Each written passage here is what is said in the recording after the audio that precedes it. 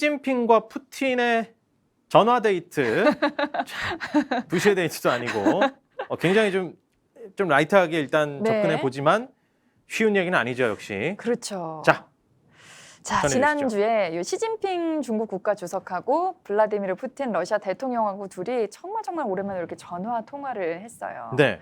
요번 요 전화 통화에서 외신들은 어디에 집중을 했냐면 이번에 러시아가 우크라이나 침공한 거에 대해서 시진핑 주석이 지지를 했냐 안 했냐 요거에 대해서 아주 집중을 했거든요. 오, 그 얘기가 나왔을까요? 네, 나왔다고 하는데 이제 요것도 외신들에 따라서 살짝 해석이 달랐습니다. 먼저 월스트리트저널 기사부터 먼저 볼게요. 시진핑 주석이 러시아가 우크라이나 침공한 거에 대해서 푸틴을 지지하지 않았다.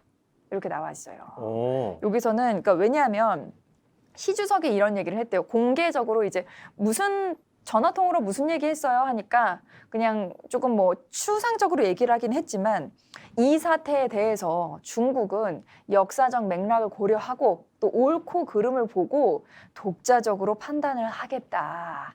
이런 식으로 얘기를 한 거예요. 이야.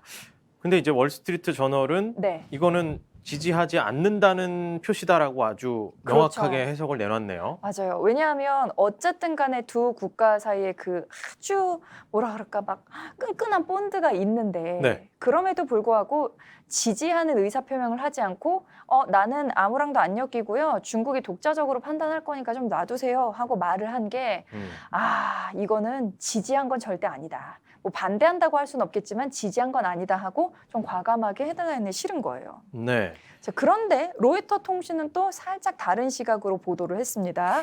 요 기사를 또 보면은 네. 뭐라고 했냐면 여기서는 그 우크라이나 전쟁 얘기는 아예 헤드라인에 실지도 않고 뭐라고 했냐면은 중국과 러시아가 그동안 이 서방국이 정말 힘을 합해서 이 두 국가를 제재를 강화를 하다 보니까 에너지 금융 산업 분야에서 협력을 확대하기로 했다. 요거는 또 둘이 좀 본드가 더 끈끈해질 거다. 앞으로 양국이 협력을 많이 할 거다. 이런 식으로 얘기를 한 건데 네. 로이터 통신 기사를 잘 봤더니 뭐라고 써있냐면은 물론 시 주석이 푸틴 대통령을 공개적으로 지지하지는 않았다.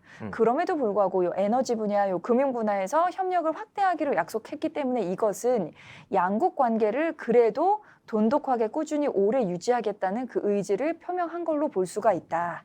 이런 식으로 강조를 했습니다. 네. 그러면서 중립적인 태도를 보인 거지 지지 안 했다고 볼 수는 없어. 이런 식으로 기사를 마무리했더라고요. 그러니까 이게 보는 시각에 따라서 네. 진짜 뭐 전쟁을 일으켰는데 거기에서 나는 이제 뭐 일단 독자적인 판단을 할게, 나를 끌어들이지 말아줘 했던 것이 거부 혹은 이제 유대 관계 금이 가는 거라고 해석할 수도 있고. 네. 근데 한편으로는 이제 뭐 경제적인 협력 뭐 이런 부분을 또 하기로 했고 네. 뭐 중립적인 태도라는 거는 사실 반대를 해줘야 마땅할 것 같은데 그렇죠. 반대를 안 했다는 것만 해도 편을 들어준 거 아니냐 이런 식으로 네. 또 해석할 수도 있고 맞아요. 다양한 해석이 가능한 것 같은데 네. 중국하고 러시아는 사실 이제 국제사회에서 굳이 편을 나누자면 네. 한 편에 가까웠잖아요. 좀 그렇죠. 더 그렇죠. 특히 이제 뭐 북한 문제 관련해서는 이제 막 맞아요. 결의안 내고 할 때도 꼭 이제 중국하고 러시아는 거부권 행사도 많이 했었고 맞습니다. 앞으로도 이 두 국가가 어떻게 좀 사이좋게 좀 더 돈독하게 갈까요? 어떨까요? 자, 뭐 제가 이쪽에 뭐 국제 전문가는 아니니까 저는 이제 외신을 전하는 그래도 아나운서이기 국제관계학을 때문에 또 공부를 하셨으니까. 맞아요. 석사에서 공부를 했습니다. 네. 자, 그래서 제가 생각하기에는 물론 이 두 국가가 미국을 대항하는 그 입장을 고수하는 거는 맞지만 한 팀으로 오래 가기는 좀 힘들지 않을까.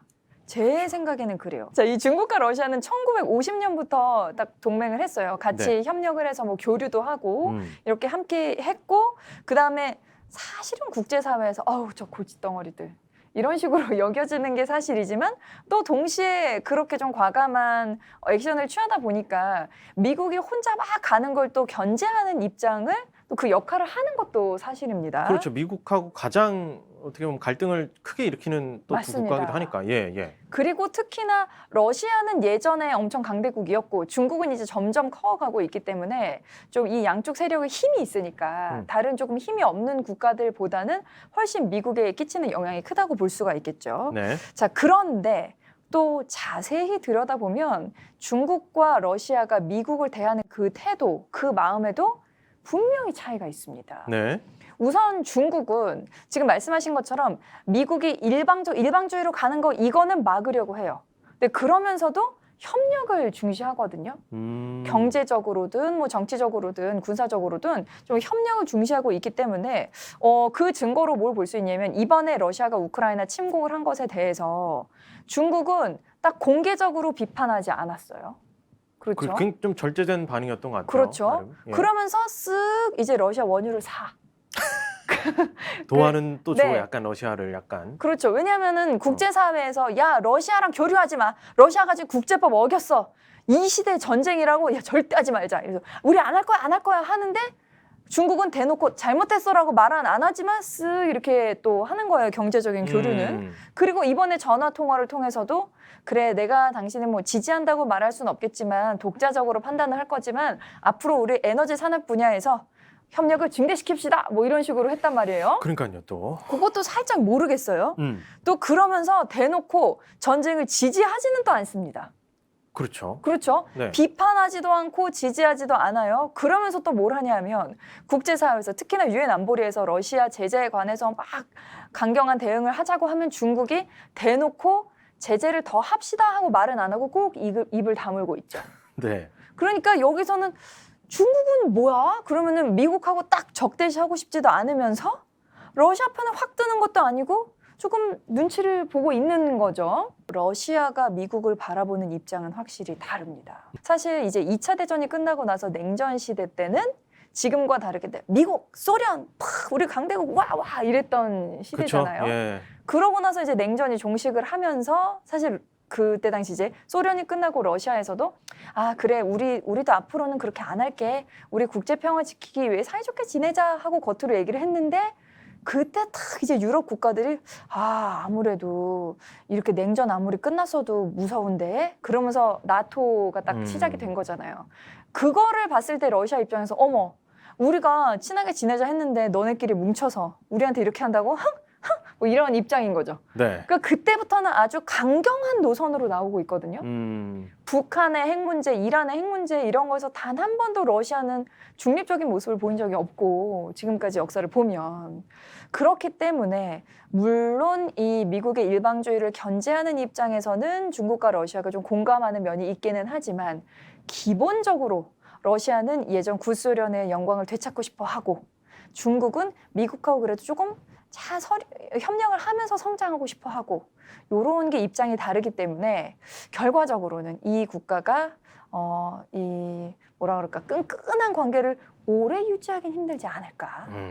예.